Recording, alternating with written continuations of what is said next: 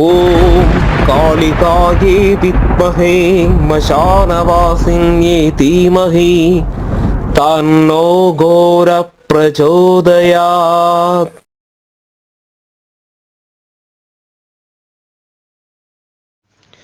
வணக்கம் ஆன்மீக நண்பர்களே. மலையாள மாந்திரிக முறையில் காளிகோவில் சார்பில் இன்னைக்கு நம்ம பார்க்க போகிறது, ஒரு நண்பர் கேட்டிருந்தாங்க, இந்த குலதேவதைக்கு பந்தனம் வருவது எப்படின்னு கேட்டிருந்தாங்க. அதே மாதிரி குலதேவதையை யார் பந்தனம் பண்ணுறா, அதே மாதிரி குலதேவதையை பந்தனம் பண்ணுறவங்க பெரிய மாந்திரிகரா, அந்த மாதிரி ஒரு 3 கேள்வி வந்துடுது.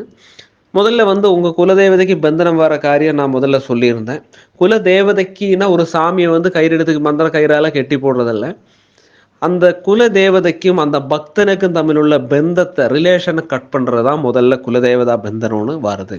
அதுக்கு அந்த தேவதை சைதன்யத்தை குறைக்க பார்க்கறது, அதே மாதிரி இந்த பக்தனுக்கு அந்த தேவதையிட்ட அடுக்க முடியாமல் உள்ள தடைகளை போடுறது. அந்த கோயிலுக்கு போக முடியாமல், இல்லைன்னா தீபம் பற்ற வைக்க முடியாமல், இல்லைன்னா தெய்வீகமான காரியங்கள் நடக்காமல் ஒரு தடை போடுறது. அந்த அளவில் தீய சக்திகளை ஏவி விடுறது, இல்லைன்னா தீய சாதனங்களை கொண்டு போடுறது, மயான பொருட்கள், மயான மை, இல்லைன்னா வேலைகளை பண்ணுறது.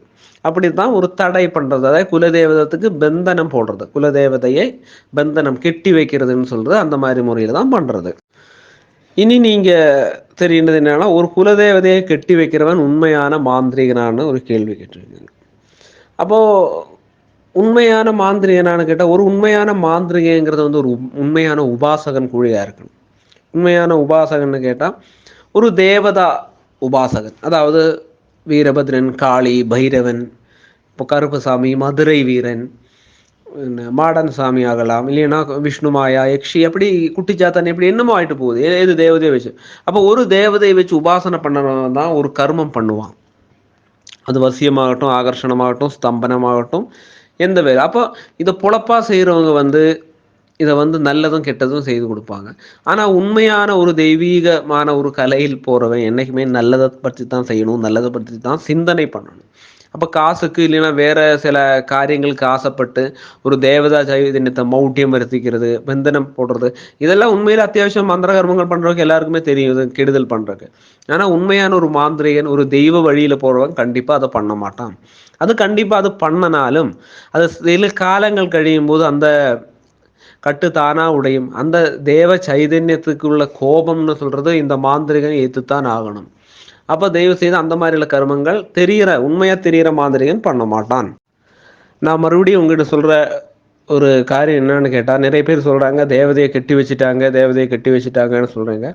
தேவதையை மந்திரத்தால் கெட்டுறதுன்னா தேவதையெல்லாம் கெட்டுறது, அது உங்களுக்கு தான் கெட்டுறது. இல்லைன்னா உங்களுக்கு கெடுதல் பண்ணும்போது அந்த தேவதையோட ஒரு ரிலேஷன்ஷிப்பு கட் ஆகுது. ஏன்னா உங்களுக்கு அந்த தேவதையை கும்பிட முடியாமல், பூஜை முடியாமல் அந்த ஒரு பந்தம் தான் அங்கே கட் ஆகுது. அதுதான் தேவதையோட கெட்டு, இல்லைன்னா குலதேவதா பந்தனம்னு சொல்கிறது. அதை நீங்கள் என்றைக்குமே புரிஞ்சுக்கணும். அல்லாமல் சாமியை மந்திரத்தால் கெட்டி வைக்கிறதல்ல. புரியுதுங்களா? இப்போ உங்கள் வீட்டில் ஒரு கருப்பு சாமி இருக்குது, பக்கத்து வீட்டில் ஒரு கருப்பு சாமி இருக்குது.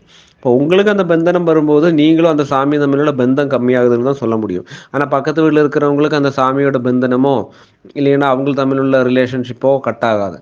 பின்ன அந்த கோயிலில் சைதன்யத்தை மௌட்டியம் பண்ணுவாங்க. அது இந்த பேர் புகழ் வரக்கூடாது, அவங்களுக்கு பணம் காசு வரக்கூடாதுங்கிறதுக்கு அந்த கோயிலுக்கு கொஞ்சம் மௌட்டியம் செய்ய முடியும். அதுவும் கொஞ்சம் கால அளவில் தான். அப்படி ஏதாவது இருந்தாலும் நீங்கள் வாங்க, கண்டிப்பாக நான் மாற்றி கொடுப்பேன். அது கோயில் சம்மந்தமான காரியங்கள். அப்போ அது என்ன செய்கிறாங்கன்னா, சில மயான பொருட்களை போடுறது, இல்லைன்னா மயான மை வைக்கிறது, இல்லைன்னா சில ஸ்தம்பன மந்திரங்களை வச்சு செய்கிறது தான்.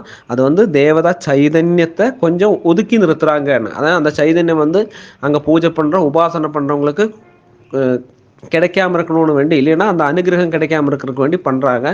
ஆனால் உண்மையில் அது பண்ணுறவங்க மாந்திரிகரான்னு கேட்டால் அது மாந்திரிகன்னு முழுமையான மாந்திரிகன்னு சொல்ல முடியாது. ஏன்னா ஒரு முழுமையான மாந்திரிகங்கிறது பொறுமையாக இருக்கணும், மனசுக்கு கட்டுப்பட்டு செய்யணும், உண்மையை மட்டும் செய்யணும்.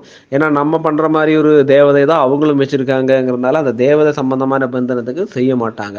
பின்ன ஸ்தம்பனம் செய்ய வேண்டிய விஷயம் என்னத்தில் செய்யணும்னா, யக்ஷி சம்பந்தமான துரிதம் அங்கே வருது, இல்லைன்னா வேற பேய் பிசா சம்பந்தமான பிரச்சனை வருமோ அப்போ நமக்கு ஸ்தம்பனம் போடலாம். பின்ன தேவதை பாதையில் வர விஷயங்கள் இருக்குன்னா அதை சொல்லியிருக்கேன். அந்த மாதிரி வரும்போது நமக்கு இந்த கெட்டு இல்லைன்னா ஸ்தம்பனம் போடலாம். இல்லாமல் ஒரு நல்லா போயிருக்கிறவங்கள போய் ஒரு கெட்டு போட்டு அந்த தேவதையை மௌட்டியமாக்கணுங்கன்னா அது கண்டிப்பாக திருச்செடி இருக்குது உங்களுக்கு. அதை என்றைக்குமே நீங்கள் புரிஞ்சுக்கணும்.